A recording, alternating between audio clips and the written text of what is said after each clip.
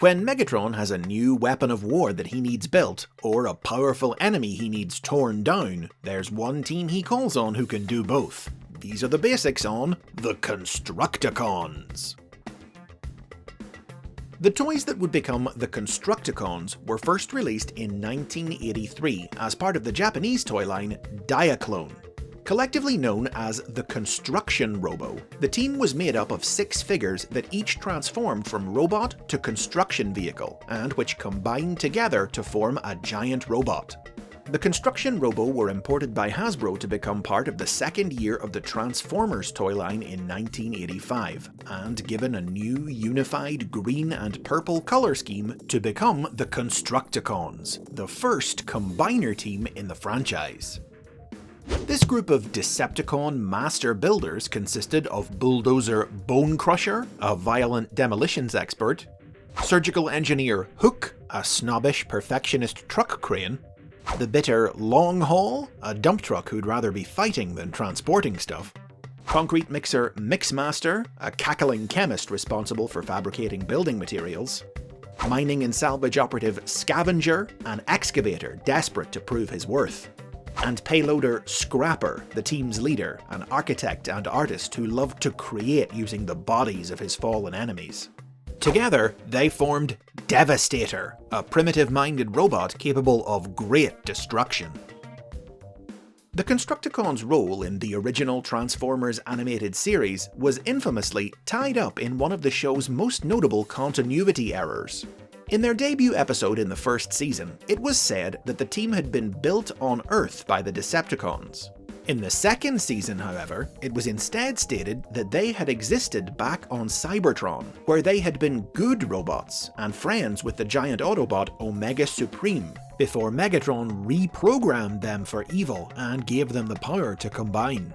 But then, a flashback in the third season showed the Constructicons present at Megatron's creation, implying that they had built him. But multiple contradictory origin stories or not, the Constructicons enjoyed a large number of spotlight episodes in the series, responsible for building numerous Decepticon structures and weapons. While as Devastator, they were the Decepticons' ultimate weapon, able to take on Autobot heavy hitters like the Dinobots, and in a particularly memorable role, laying siege to Autobot City in 1986's The Transformers the Movie. Nothing defeats the Devastator! Nothing! The Constructicons were the only Decepticons to appear in all 4 seasons of the show, as well as Japanese media like the sequel series The Headmasters and the direct-to-video specials Scramble City and Transformers Zone. In the Marvel comic book, the Constructicons were built on Earth by Shockwave for the purpose of constructing a huge communications array to re-establish contact with Cybertron. The team appeared only intermittently in the series, and curiously, Scrapper wasn't portrayed as their leader, with different stories variously depicting Scavenger, Bone Crusher, and Mixmaster in command. The Constructicons' toys were discontinued in 1987, which resulted in them being phased out of the comic. But a non-transforming Action Master figure of Devastator was later released in 1990, inspiring a one-shot story in the UK version of the comic, where the Constructicons lost the ability to combine and attempted to recreate Devastator as an independent robot of his own, only to be foiled by Ironhide. The original Constructicon toys were re-released in Europe and Australasia in 1992, with a new yellow colour scheme, but the accessories required to combine them weren't included. Just a year later though, in 1993, they were re-released again, this time complete with all parts, in the new Transformers Generation 2 toy line, in both yellow and orange colour schemes. As the first combiners in the Transformers franchise, the Constructicons have always been memorable bots, and the concept of a team of Decepticon construction vehicles is one that's been revisited and reimagined in numerous very different ways by new Transformers series in the 21st century. The first series to do so was 2004's Transformers Energon, which featured the Construction Team, Excavator Steamhammer, Truck Cranes Duststorm and Wideload, and payloaders Sledge and Bone Crusher, who combined to form Constructicon Maximus. As seen in the Energon cartoon, these 5 weren't independent individuals, but were all controlled by Constructicon Maximus's singular intelligence. Constructicon Maximus was one of 4 combiners sealed into stasis in the ancient past to guard a subterranean reservoir of super Energon. Awakened by Megatron in the present day, he and Bruticus Maximus chose to side with the Decepticon leader, but were eventually destroyed by fellow Guardian Superion Maximus for their betrayal. Introduced in 2008, the Constructicons of Transformers Animated were created when ordinary construction vehicles were brought to life by shards of the mystical Allspark. The first to come online were Mixmaster and Scrapper, a pair of coarse blue-collar working bots who preferred guzzling oil to fighting. Though they initially befriended the Autobot Bulkhead, the promise of high-grade oil soon lured the pair to the Decepticon side to help complete construction of a space bridge, their paint job switching from yellow and grey to classic Constructicon colours in the process. Abandoned by the Decepticons after their work was done, the pair then fell under the command of a newly created 3rd Constructicon, diminutive mobster Dirt Boss, a forklift with a Napoleon complex and the ability to control the motor functions of other Transformers. Dirt Boss sought to form his own criminal empire by taking control of Detroit's oil supply, but his scheme ended explosively when an oil tank blew up in the trio's faces. Scrapper was blown to Dinobot Island, where he befriended the Dinobot Snarl.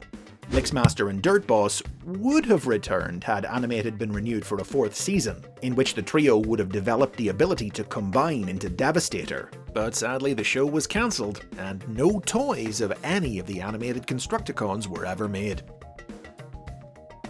The live-action movie version of the Constructicons, introduced in 2009's Revenge of the Fallen, were a legion of mass-produced robots who shared a variety of different body types and alternate modes between them. Explained by Ancillary Media to have originally been created by the Allspark to serve the dynasty of Primes, only to be turned to evil by the treacherous Prime, the Fallen, their ranks included a mixture of reimagined versions of the original Constructicons and brand new characters with inhuman robot modes, like the huge but dim-witted mining excavator Demolisher, rage-filled bulldozer Rampage, truss crane Hightower, articulated hauler Overload, and various others. Any group of compatible Constructicons could combine to form Devastator, a bestial bot equipped with a vortex grinder in his mouth that sucked in and destroyed his enemies. The film itself showed 9 of them merging into the monster, who almost tore down the Great Pyramid of Giza before being stopped by a railgun fired by the US Navy.